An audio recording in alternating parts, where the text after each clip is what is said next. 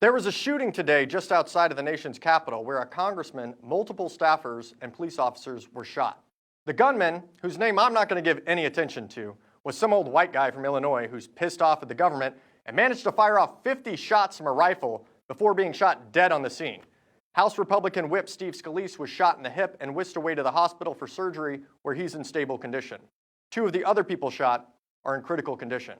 And unlike previous tragedies where multiple people were injured by right-wing nut jobs, Trump was quick to reply on Twitter saying this, quote, Representative Steve Scalise of Louisiana, a true friend and patriot, was badly injured but will fully recover. Our thoughts and prayers are with him.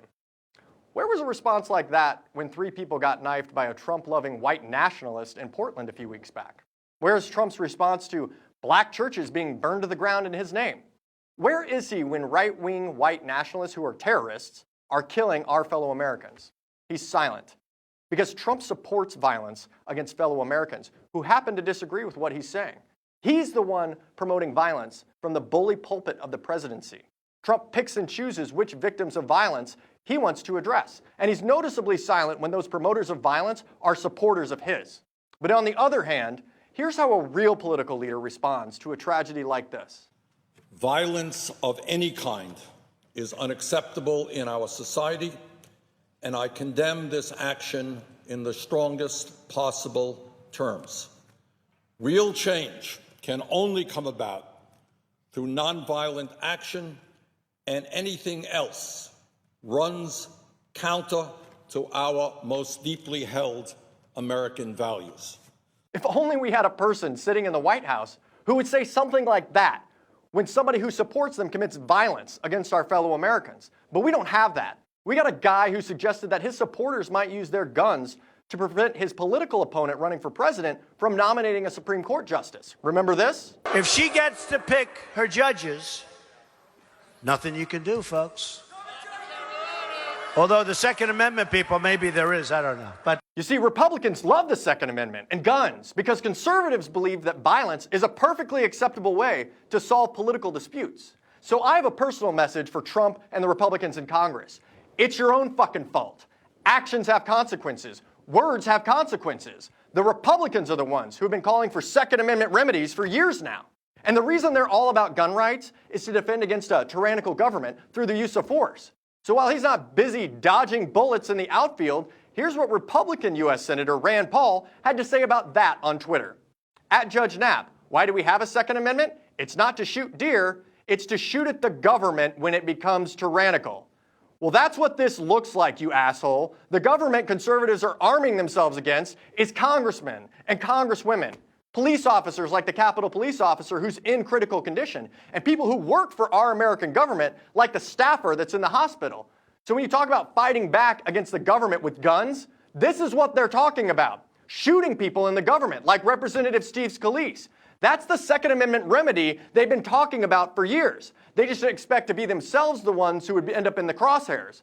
The Republicans only expected Democrats, like Representative Gabby Gifford, remember her? To get shot by the nut jobs they've spent the better part of a century arming to the teeth. So here's my message to the Republican Party. You put our police in harm's way.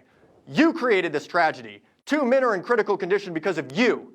You built this tragedy by making sure that even terrorists and crazy bastards and wife beaters can get their hands on guns. You ran a guy for president who normalizes violence, who promotes violence as a way to settle political disputes. And since Republicans always hate political correctness and love it when people tell it like it is, here's some scathing reactions from Twitter. At Glinter said, thoughts and prayers to the NRA's pet politicians who are going to be offering their thoughts and prayers over the next few hours. And at CJ Whirlman said, opposing sensible gun control laws on behalf of the NRA is all fun and games until you're shot in the face. And at Big Mean Internet said, if the shooter has a serious health condition, then is taking pot shots at the GOP House leadership considered self-defense? Well, that would be one way of looking at stand your ground laws. But seriously, what did you think was going to happen when you steal health care away from a few million Americans? People are going to get pissed. When you kick kids with cancer off their health care, then crazy bastards are going to start showing up to baseball games with guns. And I guess it's a good thing bullet holes aren't considered pre-existing conditions, because Republicans in Congress just voted to kill people with those last week. So while Democrats have been working to make sure that lack of health care isn't a death sentence in this country and working to put some basic sensible rules and regulations around gun ownership here in America, they have been obstructed by Republicans in Congress and the legions of the National Rifle Association every step of the way. Even when the congressman who got shot has pushed laws that make it not easier, not harder, for crazy people to get their hands on guns. Here's what Scalise tweeted.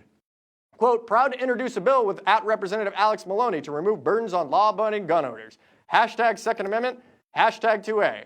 Well, I hope you're proud of yourself now, because while you may get an A+ from the NRA for your voting record, you get an F for dodging bullets. And thank God nobody but the gunman has died as of right now, because it could have been a lot worse. And the gun-toting, violence-promoting Republicans running this country would have had a few more gallons of American blood on their hands. Pass some laws, assholes. The life you save may be your own. I'm Ryan Clayton. This is Content News. Come back daily for the news where we're free to share the truth.